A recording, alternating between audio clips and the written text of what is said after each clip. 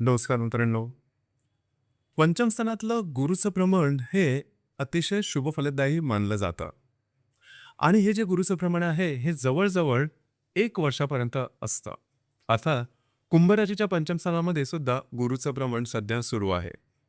परंतु असं जरी असलं तरी संपूर्ण एक जे वर्ष आहे हे संपूर्णपणे शुभफलदायी होत नाही. या वर्षातले काही जे महिने असतात ते थोडे त्रासदायक सुद्धा असतात.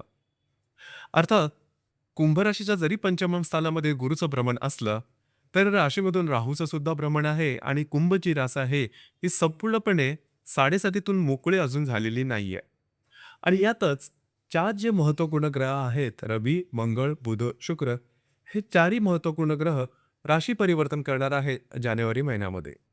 म्हणजे एकंदरीत जानेवारी महिना आहे हा म्हणावा तेवढा सोपा नसणार आहे. इथे एक गोष्ट चांगली आहे जी म्हणजे गुरु जर तुमच्या पंचम स्थानामध्ये भ्रमण करतोय तो तुमच्या साथीला उभा राहणार आहे. परंतु येणारे जे स्ट्रेस आहेत येणारी जी दुःख आहेत ती मात्र थोड्याफार प्रमाणात तुम्हाला सहन करावी लागतील. ती नेमकं कोणती असते? तुमच्या जीवनाचं असं कोणतं क्षेत्र आहे की जे सर्वात जास्त प्रभावित होणार आहे? या सर्व संदर्भातली खुलासेवर चर्चा आपण या व्हिडिओमध्ये करणार आहोत. सुरुवातीला आपण चर्चा करू की तुमचं जे स्वास्थ्य आहे मानसिक किंवा शारीरिक हे नेमकं कशा प्रकारचं आहे. जसं की तुमच्याच राशीमध्ये राहूचं भ्रमण आहे. राशीचा जो स्वामी आहे शनी हा तुमच्या द्वितीय स्थानामध्ये भ्रमण करत आहे. राशीचा जो अष्टमेश आहे बुध हा तुमच्या लाभ स्थानामधून व्यय स्थानामध्ये भ्रमण करणार आहेत आणि व्ययामध्ये या बुधाबरोबर शुक्र, रवी, मंगळ ते सर्व ग्रह आहेत. एकत्रित सांगायचं झालं तर ह्या संपूर्ण महिन्यामध्ये तुमची थोडीशी दमछाक जास्त झाल्यासारखे वाटेल. फिरणं वगैरे जास्त होईल आणि महत्वाची गोष्ट म्हणजे थोडासा मानसिक तणावाखाली तुम्ही घेऊ शकाल. काळजी करू नका, हा जो कालावधी आहे हा तात्कालिक आहे. जसं मी सुरुवातीला सांगितलं त्याप्रमाणे. थोडेफार स्ट्रेस, थोडंफार दुःखही देईल, परंतु पंचम स्थानातला जो गुरु आहे हा तुमचा आत्मविश्वास डळमळू देणार नाही. गोष्ट फार महत्वाची आहे. त्यामुळे जरी ग्रह विरोधात असले तरी सुद्धा गुरु मात्र तुमच्या बरोबर आहे. त्याच्यामुळे गोष्टी कुठल्याच टोकाच्या होणार नाही. असं जरी असलं तरी जानेवारी या संपूर्ण महिन्यामध्ये कुठल्याही प्रकारचे निर्णय आउट ऑफ द वे जाऊन किंवा ज्याला आपण रिस्क घेऊन निर्णय घेणं हा प्रकार अजिबात करू नका. तुमच्या अंगाशी येऊ शकेल. लक्षात घ्या तुमची जी साडेसाती आहे ही पूर्णपणे समाप्त झालेली नाही आहे. आणि त्यातच तुमच्या राशीमध्ये राहूचं सुद्धा प्रमाण आहे. आणि पुढच्या महिन्यामध्ये फेब्रुवारी महिन्यामध्ये जे ग्रहण आहेत हे सुद्धा तुमच्याच राशीमध्ये येणार आहे. तर त्या अनुषंगाने साधारण त्याची तुम्ही तयारी मात्र करू नका. ही गोष्ट महत्त्वाची आहे. तर या गोष्टीकडे थोडंसं लक्ष देणं गरजेचं राहील. गोष्टी जरी विरोधात आल्या तरी सुद्धा रिस्क घेऊ नका. आउट ऑफ द वे जाऊन काहीही करू नका. तुम्ही त्याच्यामध्ये अलगद फसले जाल. यानंतर आपण चर्चा करू की तुमचा जो आर्थिक स्तर आहे हा नेमका कशा प्रकारचा आहे. जसं की जो तुमचा धनेश किंवा जो लाभेश आहे गुरु हा गुरु तुमच्या पंचम स्थानामध्ये भ्रमण करतोय. अतिशय महत्वपूर्ण आणि शुभफलदायी अशा प्रकारची गोष्ट आहे. राशीचा जो पंचमेश आणि अष्टमेश जो बुध आहे हा तुमच्या लाभ स्थानातून व्यय स्थानात जाणार आहे. आणि राशीचा जो राजयोगकारक ग्रह शुक्र हा तुमच्या सुद्धा लाभातून व्यय जाणार. एकंदरीत या सर्व ग्रहांबद्दल किंवा आर्थिक स्थितीबद्दल सांगायचं झालं तर या महिन्यामध्ये खर्च जास्त होतील. अनावश्यक अनपेक्षित वायफाय सुद्धा तुम्हाला वाटू शकेल. कारण तर तुमची जी रास आहे ही डिसिप्लिनमध्ये चालणारी रास आहे. तुमचं सगळं गणित नेहमी तयार असतं. या महिन्यामध्ये थोडंसं आर्थिक जे गणित आहे ते डळमळू शकेल. त्याचं कारण सुद्धा तसं असेल. थोडंसं मानसिक तणावाखाली तुम्ही याल आणि त्यामुळे चुकीची इन्व्हेस्टमेंट म्हणा किंवा चुकीचे खर्च होऊ शकतील. एक गोष्ट मात्र नक्की की पंचम स्थानातला जो गुरु आहे हा गुरु तुम्हाला आर्थिक संदर्भात काहीही कमी पडू देणार नाहीत किंवा गोष्टी टोकाच्या घेऊन जाणार नाही. ही गोष्ट फार महत्त्वाची आहे.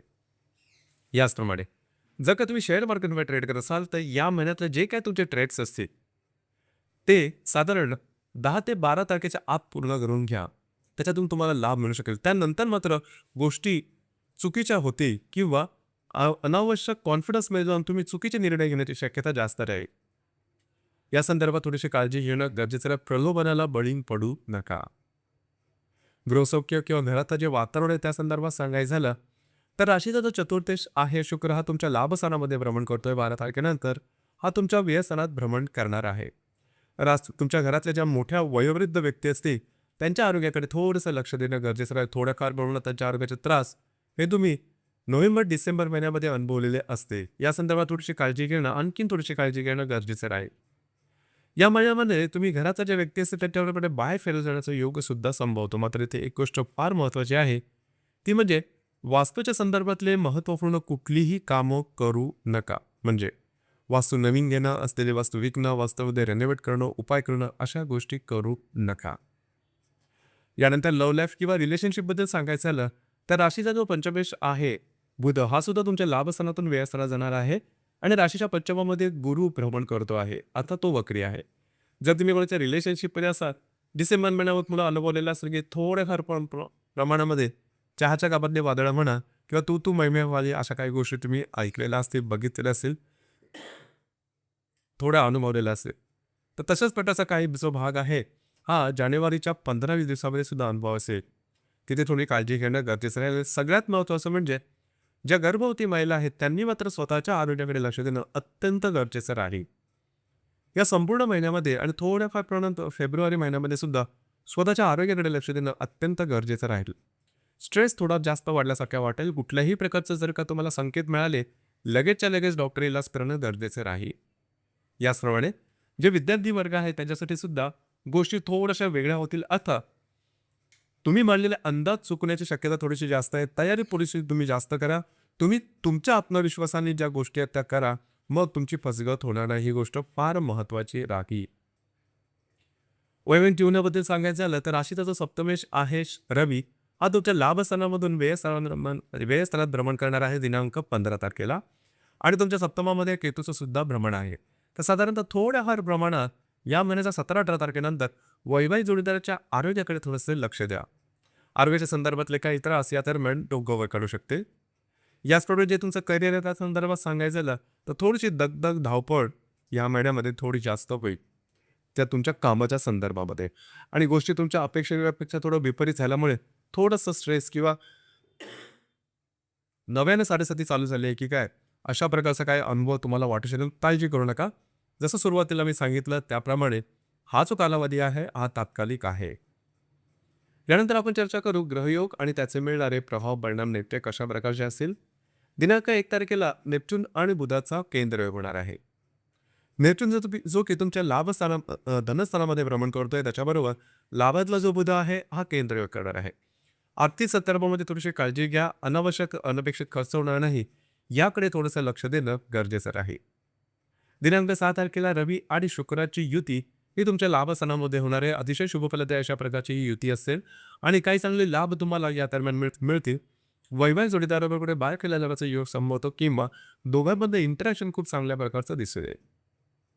दिनांक 8 तारखेला मंगळ आणि शुक्राची जी युती आहे ही सुद्धा तुमच्या लाभस्थानामध्ये पुढे येते. इथे सुद्धा तुम्हाला काही चांगले उत्तम लाभ मिळेल. सगळ्यात महत्त्वाचं म्हणजे अडकलेली कामं मार्गी लागण्यासारखे काही प्रसंग निश्चित समोर येऊ शकते. दिनांक 9 तारखेला रवी आणि मंगळाची युती ही तुमच्या लाभस्थानामध्ये होणार आहे. इथे थोडीशी काळजी घेणं गरजेचं राहील. अनावश्यक अनपेक्षित खर्च हे थोडेसे जास्त होऊ शकतील. मित्रपरिवारावर बरोबर सुद्धा थोड्याफार प्रमाणात वादविवादाचे प्रसंग निर्माण होऊ शकतील. ज्या गर्भवती महिला आहेत त्यांनी खास करून या दरम्यान थोडंसं आरोग्याकडे लक्ष देणं गरजेचं राहील.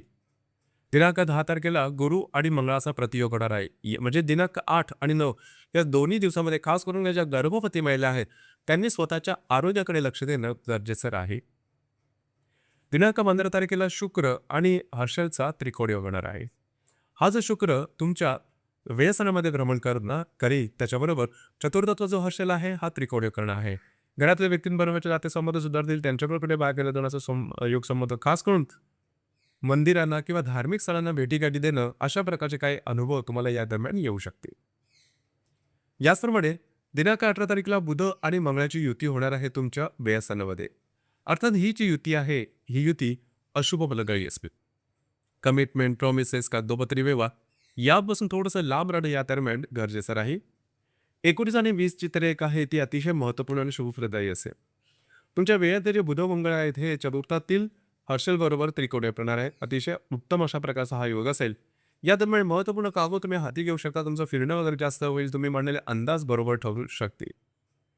या महिन्याची जी पौर्णिमा आहे ती दिनांक 3 तारखेला आहे आणि जी अमावस्या आहे ती 18 तारखेला आहे. पौर्णिमा आणि अमावस्या दरम्यान कुठल्याही प्रकारचे महत्त्वपूर्ण निर्णय, कमिटमेंट, प्रॉमिसेस आणि खास करून वादविवादांपासून लांब राहणं अतिशय महत्त्वपूर्ण राहील.